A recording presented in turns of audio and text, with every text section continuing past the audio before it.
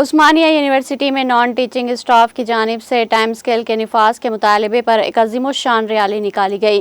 احتجاجیوں نے اپنا مطالبہ پورا کرنے کے لیے عثمانیہ یونیورسٹی آرٹس کالج سے انتظامیہ کی عمارت تک ریلی نکال کر احتجاج کیا۔ اس کے بعد انہوں نے OU رجسٹرار کو اس سلسلے میں ایک یادداشت حوالے کی۔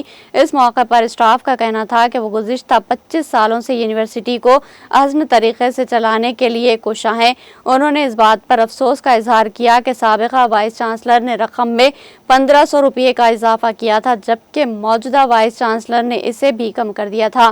انہوں نے برہمی کا اظہار کرتے ہوئے کہا کہ پرائیویٹ سیکورٹی کو 30,000 روپے تنخواہ دیتے ہوئے 350 افراد کو بھرتی کیا گیا، لیکن انہوں نے اس بات پر تشویش کا اظہار کیا کہ انہیں ان کے گزشتہ 25 سالوں کے کام کے لیے صرف 15,000 ادا کیے جا رہے ہیں۔ انہوں نے حکومت سے اپیل کی کہ انہیں ٹائم اسکیل دینے کے لیے ضروری اقدامات کیے جائیں۔